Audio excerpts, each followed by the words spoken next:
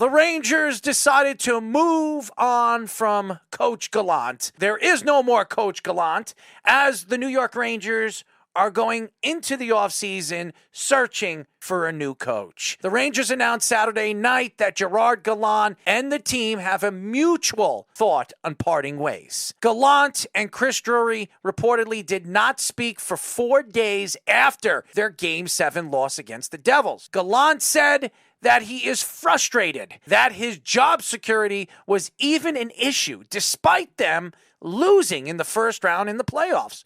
Gallant had a 99-46-19 regular season record with the Rangers and finished with a 13-14 postseason record. The Rangers beat the Penguins and the Hurricanes both in Game 7s last season before losing to the Lightning in 6 games in the Eastern Conference Finals. Gallant reportedly called out the media after the Rangers' Game 4 loss against the Devils. Gallant reportedly also had an issue with some of their players in the team's exit meeting following their loss in the first round against the Devils. Here's the thing. Every Ranger fan is going to blame one person, and it always happens. Every 3 years for the New York Rangers, for some reason, you hear from the fans, we need a new coach. They don't want to blame the players. They don't want to blame Patrick Kane, who demanded to be traded to the New York Rangers. They don't want to blame Vladimir Tarasenko, who was traded for a first-round draft pick, who will probably not re-sign with the New York Rangers. They don't want to blame Panarin, who hasn't had a good playoff series in about 3 or 4 of them.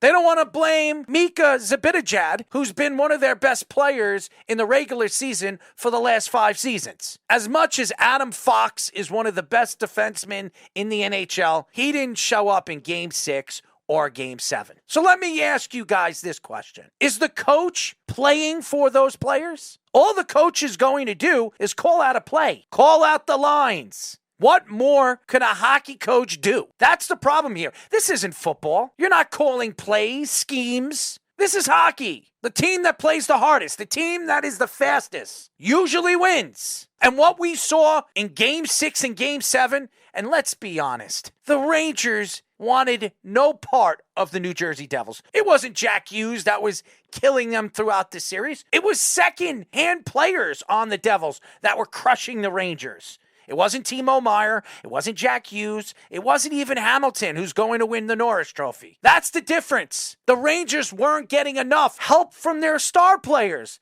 Then again, their second and third lines. That was the problem in this series. And I don't want to hear about Shesterkin. This is Shesterkin's fault. It's his fault. He couldn't stop a lick. Shesterkin practically stood on his head. 60% of the reason why the Rangers lost against the Devils was because of the players. I think they're going to bring in their AHL coach, who's right now playing in the conference finals. Yep. I believe they're going to bring in Chris Knoblauch. The thing about Chris Drury is he loves his own guys. And he brought in Chris Knoblauch when he took this job. And I believe he was building him up to be the future head coach of the New York Rangers. I believe that when you see this situation that the Rangers are in now this offseason, they need to get it right. They haven't won a Stanley Cup since 1994. And they only made one in the 1 year when they lost to the Kings when they were an underdog. So all these years that they've been favorites, like they've made the conference finals a few times, but a lot of the times we've seen these underwhelming second round or even in this case first round playoff exits, and they were up 2-0 in this series and they just got completely bombarded after that. Yes, and I think also when you look at the position that the Rangers are in this offseason, they have put themselves in a position where they need to figure out